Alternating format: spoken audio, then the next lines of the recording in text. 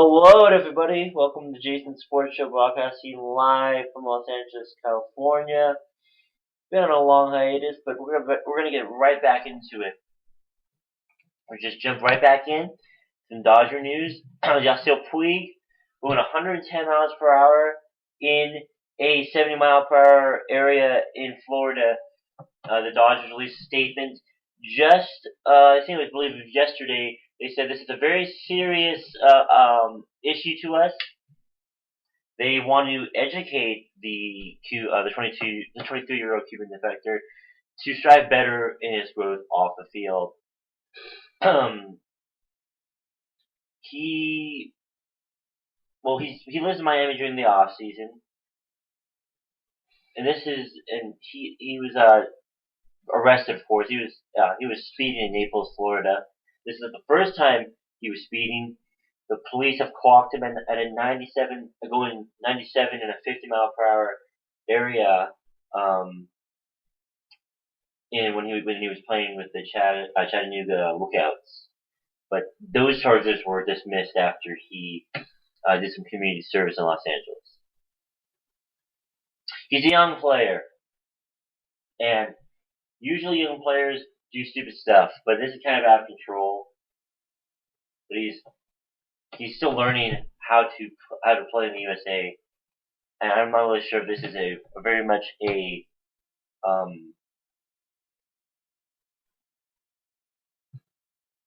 this is very much a serious issue, especially with a team that's young. I've already have a lot of young guys, and he has to set an example for rookies coming in next year to show that he can play and can not get in trouble off the field.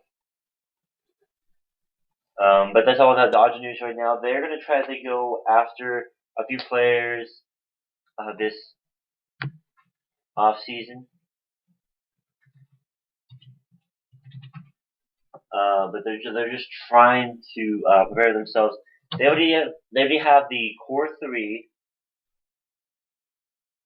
They have Kershaw, of course, this year's Cy Young winner. Zach Greinke behind him. Then you have Hyun-Jin Ryu. Then you have, I believe it was Dan Herron. But after him, I'm not really sure. Two pitchers are looking to go after is David Price and Masahiro Tanaka, a Japanese player. Right now, in my opinion, I feel like we should maybe go after Tanaka, see what kind of talent we can get from him. I know that I don't know if he speaks any English, but with Ryu, we were able to bring him in and have him pitch, and he did a fantastic job in terms of pitching and even some good hitting. Tanaka, a right-hander, it would put three right-handers on the staff and make the Dodgers pretty much a dangerous team to be messing with. David Price, on the other hand, to get him, well, first off, to get Tanaka, the Dodgers will have to bid for him, and whoever gets the highest bid will win. With Price, the Dodgers will probably have to give up a prospect, which is something I'm not sure they're going to be willing to do at this point in the game, but we'll see what happens. And that's all I'm going to say about the Dodgers for today, because I want to talk about last night's game. Cowboys, Eagles. Now there's some Cowboy fans listening. I'm sorry. Because you guys fought really hard. But unfortunately, the Cowboys once again are proven to not have everything in the tank. They don't have a full tank when it comes to these games. 2012.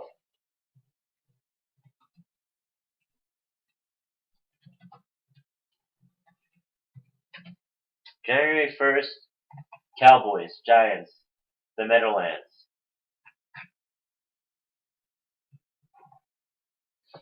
This game was going to decide who makes it into the playoffs and who doesn't. Think about it just for a second.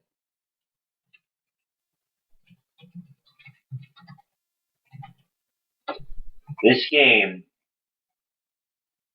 would set off events that would change the season forever. So, January 1st, in the Meadowlands, halftime, Giants get off to a 21-0 lead. 21-0.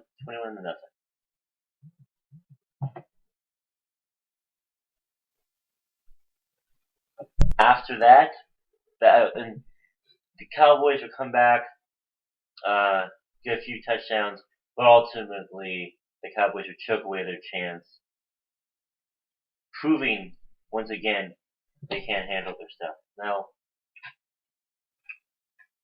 Now that I think about it, I feel like I should go back a little. I feel like I should go back to the 2010, 2009 season when they had the chance to do something. I believe it was the 2009 season. Whoop, never mind. That was 2008.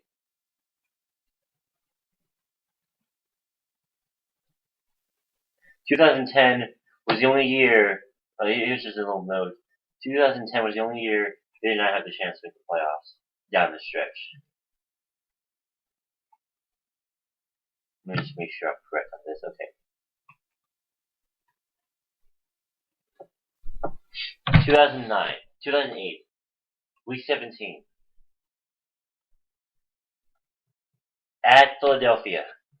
The game starts out pretty routine, 3-3 after the first quarter. Then Donovan McNabb goes on a tear. The offense goes on a tear. As the next in the second quarter, 24 points for Philadelphia, 24-0. And by the second quarter, it was 27-3. Then after the third quarter, 44-3. So that was the first instance that the Cowboys proved that they didn't have it all. 2009 comes around, it's okay. They make the playoffs. But get pounded by the then Brett Favre Vikings, who, in my opinion, that year should have gone farther. But my opinion doesn't really matter this time. They had a good year. Couldn't finish it off though. 2010 rolls around, 6-10. 2011 rolls around, again, going back.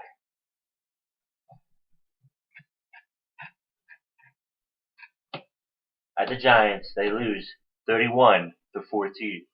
Next year comes around.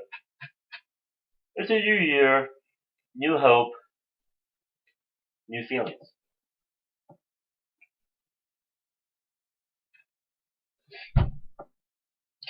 Again, they must play an away game. Thanksgiving Day, they play the Redskins. They lose at home against the Redskins, 31-38.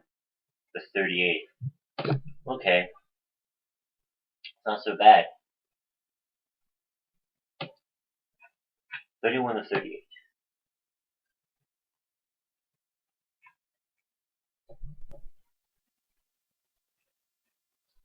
Then week 17.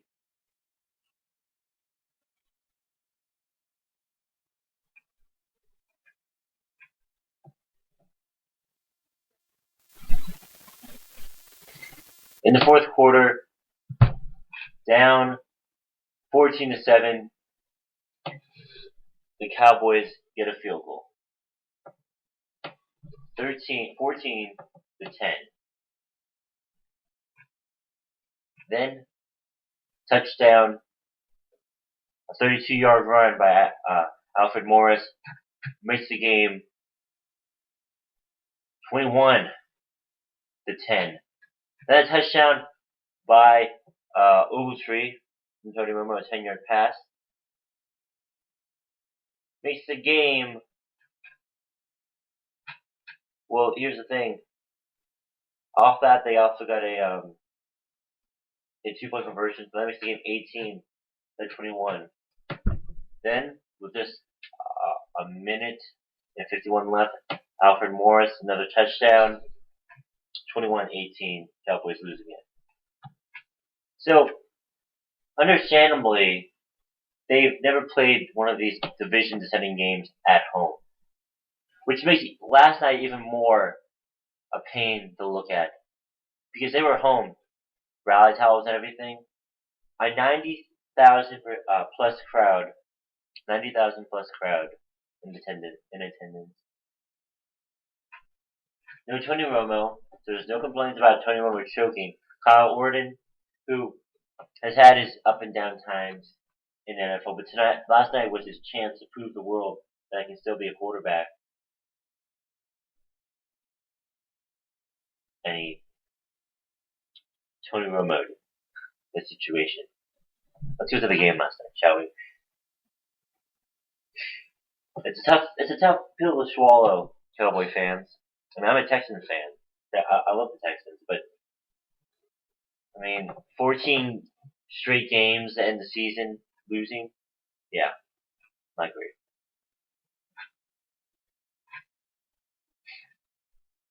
Howard didn't have a bad game. 30 for 48 for 46. That's better than 50%. Way better than 40.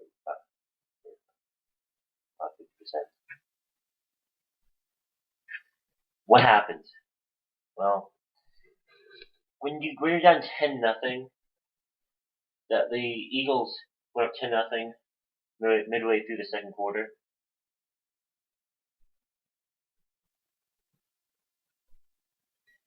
So that happens. Then the Cowboys started a little comeback, but by that time it's 17. At the half it was 17 to 10, and a couple of Cowboy field goals and a touchdown by the Eagles, and they had a touchdown. Howard and Des Bryant for 32 yards gives the Cowboys a little bit of hope, but unfortunately, they try for the 2-point conversion. It fails, and so does their chances for a playoff spot.